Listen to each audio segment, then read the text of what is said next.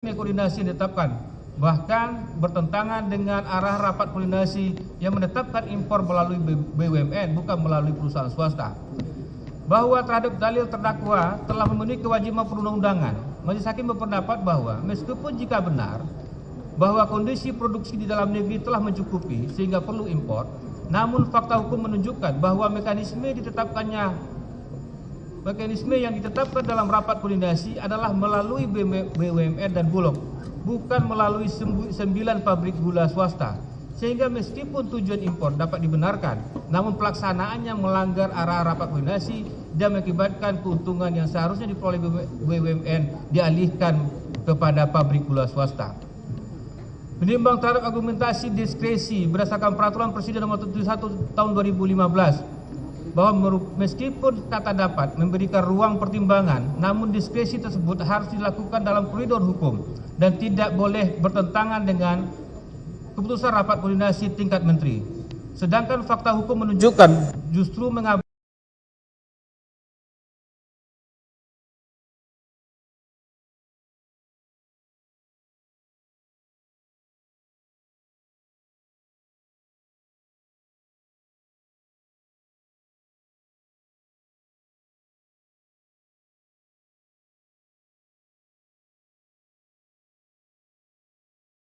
pelanggaran hukum acara dalam penetapan sita, pembacaan BAP saksi tanpa kehadiran yang bersangkutan, dan perlakuan diskriminasi terhadap tim penasihat hukum. Majelis hakim berpendapat bahwa adanya kejanggalan prosedural tersebut adalah penilaian sepihak penasihat hukum, dan lagi pula hal tersebut tidak dapat menghapus fakta-fakta material yang telah terbukti di dalam persidangan. Karena prinsip hukum pidana menekankan pada pembuktian fakta substantif, bukan pada kejanggalan prosedural yang menimbulkan kerugian nyata terhadap hak pembelaan terdakwa. Dan majelis hakim telah berupaya memberikan kesempatan yang adil kepada semua pihak untuk menyampaikan pendapatnya, tetap mendasarkan putusan pada fakta-fakta hukum yang terungkap, bukan berdasarkan persoalan prosedural. Bahwa terhadap hal-hal yang meringankan, itu terdakwa bersifat kooperatif selama persidangan, tidak terbukti menerima keuntungan pribadi, belum pernah dihukum, dan masih memiliki tanggungan keluarga, majelis hakim akan mengakui dan akan mempertimbangkan hal tersebut dalam menjatuhkan pidana. Namun hal tersebut tidak dapat menghapus kesalahan terdakwa yang telah terbukti melalui fakta-fakta hukum. Bahwa meskipun penasihat hukum terdakwa telah menyampaikan poin-poin argumentasi hukum yang kompleks dan detail, namun seluruh argumentasi tersebut tidak dapat menghapus fakta-fakta fundamental yang telah terbukti dalam persidangan, sehingga majelis hakim tetap berkeyakinan bahwa terdakwa telah terbukti secara sah dan meyakinkan melakukan tindak pidana korupsi, dan permohonan untuk membebaskan terdakwa atau melepaskannya dari tuntutan hukum tidak dapat dikabulkan. Menimbang bahwa berdasarkan keseluruhan pertimbangan dan pertimbangan terhadap argumentasi dalam pledoi penasihat hukum terdakwa tersebut di atas, majelis hakim berkesimpulan bahwa argumen pembelaan tidak didukung oleh fakta dan hukum yang kuat, sehingga tidak dapat mengubah keyakinan majelis hakim bahwa terdakwa telah terbukti secara sah dan meyakinkan bersalah melakukan tindak pidana yang didakwakan di dalam dakwaan primer penuntut umum. Menimbang bahwa memperhatikan ketentuan pasal 183 dan pasal 193 KUHP, oleh karena terdakwa terbukti secara sah dan meyakinkan bersalah melakukan tindak pidana korupsi, maka kepada terdakwa harus dijatuhi pidana yang adil setimpal perbuatannya yang dilakukannya sebagaimana yang disebutkan dalam putusan ini. Menimbang karena terdakwa telah terbukti bersalah melakukan tindak pidana korupsi sebagaimana dakwaan primer, maka terhadap tindak pidana tersebut di samping jatuhi pidana terdakwa juga harus dijatuhi pidana denda yang besarnya akan disebutkan dalam putusan ini. Menimbang bahwa untuk menentukan pidana penjara, pidana denda yang dijatuhkan, majelis hakim memperdomani ketentuan pasal 5 ayat 1 huruf A huruf dan B Peraturan Mahkamah Agung nomor 1 tahun 2020 tentang pedoman pemidanaan pasal 2 dan pasal 3 Undang-Undang tentang Pemberantasan Tindak Pidana Korupsi sebagaimana yang telah pidana korupsi perbuatan dilakukan oleh terdakwa dari periode Agustus 2015 sampai sampai bulan Juli 2016 berjumlah 194 miliar 718 juta 181.818 rupiah, 9 sen, termasuk kategori paling berat. Sedangkan menyangkut tingkat kesalahan, dampak dan keuntungan terkategori sedang. Menimbang bahwa berdasarkan pertimbangan sebelumnya berkenaan pertanggungjawaban pidana atas perbuatan pidana yang dilakukan oleh terdakwa, maka majelis hakim berkenaan dengan menentukan berat ringannya pidana penjara dan pidana denda terhadap terdakwa. Walaupun peraturan Mahkamah Agung nomor 1 2020 telah menentukan rentan penjatuhan pidana, majelis hakim mempertimbangkan fakta hukum di persidangan, yaitu saksi Tony Wijaya Eng, Teng Suryanto Eka Prasetyo, Hansen Setiawan, Indra Surya Diningrat, Eka Sapanca, Wisnu Hendra Diningrat, Hendro Giarto Tiwo, Han Valita Ustama, dan Hali Sudraja Budiarmo. Pada tahap proses penyidikan, masing-masing telah menitipkan sejumlah uang kepada penyidik Kejaksaan Agung Republik Indonesia. Titipan sejumlah uang tersebut tentunya dapat dipergunakan untuk memulihkan seluruh kerugian keuangan negara. Menimbang bahwa berdasarkan ketentuan pasal 22 ayat 4 KUHP, dikenakan dalam perkara ini terhadap terdakwa dilakukan penangkapan dan penahanan berdasarkan surat perintah penahanan yang sama, maka masa penangkapan dan penahanan telah dikurangi seluruhnya dari pidana yang dijatuhkan. Menimbang bahwa oleh karena dalam perkara ini terhadap terdakwa dilakukan penahanan berdasarkan surat perintah penahanan yang sah, maka berdasarkan ketentuan pasal 193 ayat 2 huruf B KUHP, maka penetapan terdakwa tetap berada dalam tahanan.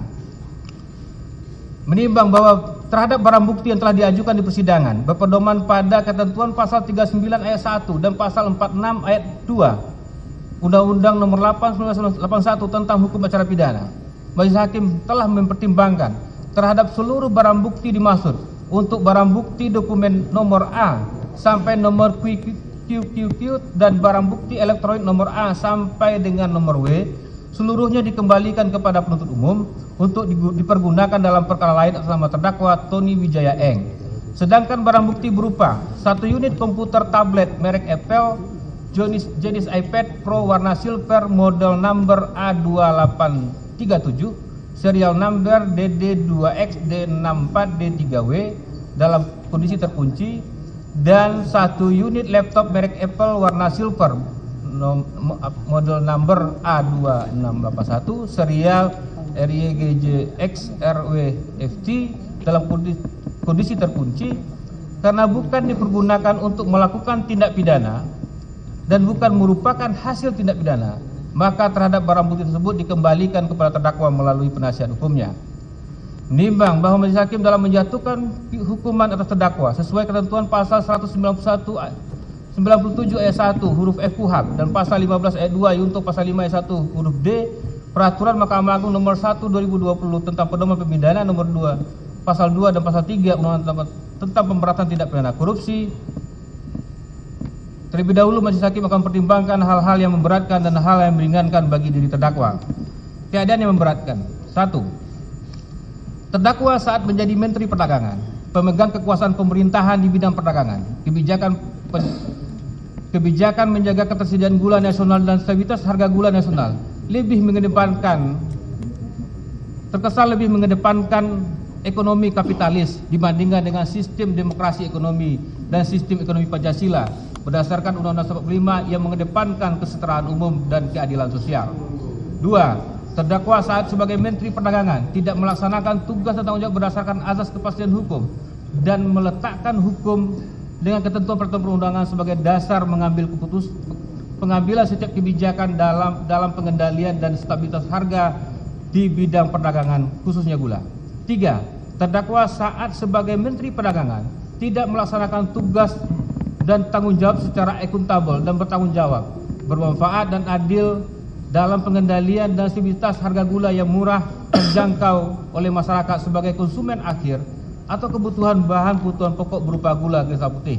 4. Terdakwa saat menjadi Menteri Perdagangan telah mengabaikan kepentingan masyarakat sebagai konsumen akhir atas gula kristal putih untuk mendapatkan gula kristal putih dengan harga yang stabil dan terjangkau. Harga gula kristal putih dalam tahun 2016 tetap tinggi. Januari 2016 adalah seharga Rp13.149 per kilogram dan Desember 2019 adalah seharga Rp14.213 per kilogram. Keadaan yang meringankan. Terdakwa belum pernah dihukum, terdakwa telah tidak menikmati hasil tindak pidana korupsi yang dilakukan, terdakwa bersikap sopan di persidangan, tidak mempersulit dalam persidangan, Keempat, telah adanya penitipan sejumlah uang kepada Kejaksaan Agung pada saat penyidikan sebagai pengganti atas kerugian keuangan negara. Menimbang berdasarkan karena terdakwa dinyatakan terbukti secara sah dan meyakinkan, maka sesuai dengan ketentuan pasal 22, terdakwa harus dibebani untuk membayar biaya perkara.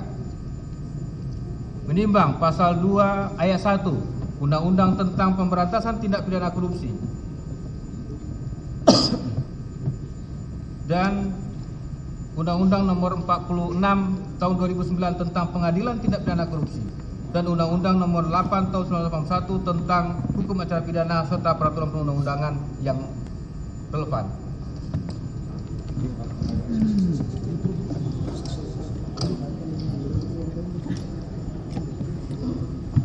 Kami lanjutkan. Mengadili.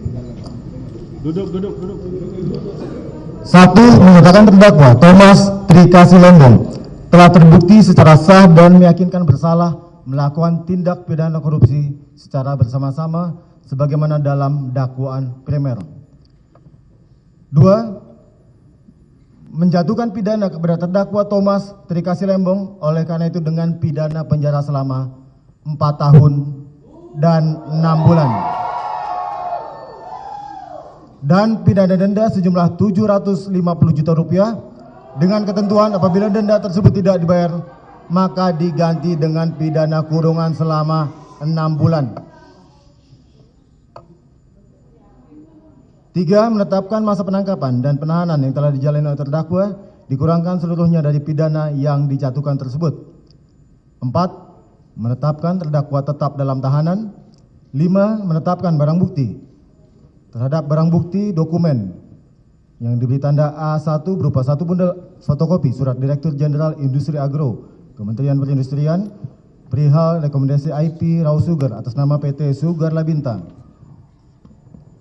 sampai dengan barang bukti QQQ1 berupa 1 lembar fotokopi surat nota dinas nomor 24 Daglu dan barang bukti elektronik yang diberi tanda A1 sampai dengan barang bukti elektronik W2. Seluruhnya barang bukti dikembalikan kepada penuntut umum untuk dipergunakan dalam perkara atas nama terdakwa Tony Wijaya Eng.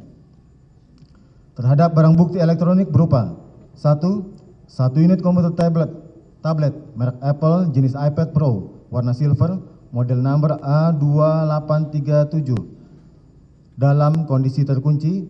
2.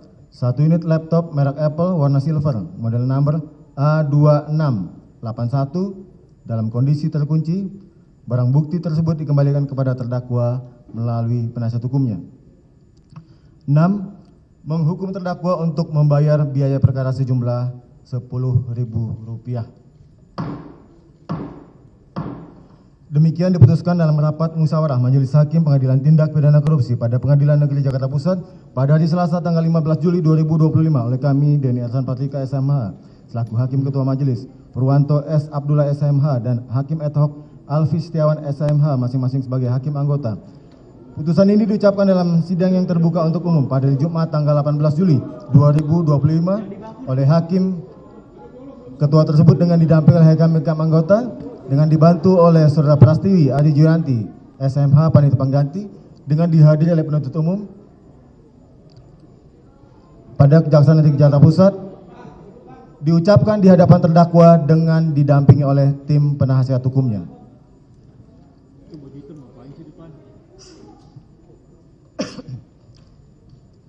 Baik, demikian terdakwa putusan atas diri saudara sudah dibacakan. Tolong tertib. Putusan mana yang menurut majelis adalah yang terbaik, ya. Namun demikian adalah hak terdakwa untuk menentukan sikapnya terhadap putusan tersebut, apakah menerima, menolak dengan mengajukan banding atau pikir-pikir.